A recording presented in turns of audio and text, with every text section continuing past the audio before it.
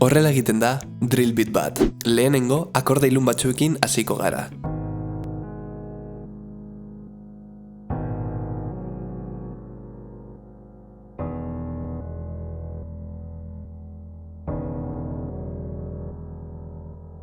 Efektu hau lortzeko, akordeen lehen nota aldatzea besterik ez dugu behar izango. Eta gainerako notak ez ditugu ia aldatuko. Biolin hau bezalako beste melodia bat gehitu dezakegu ere.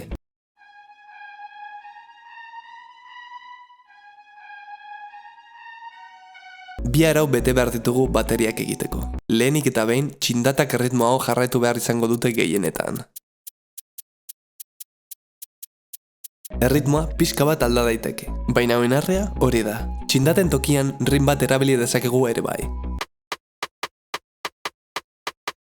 Eta bigarren araua, danborra erritmo honi jarraitzen diola da.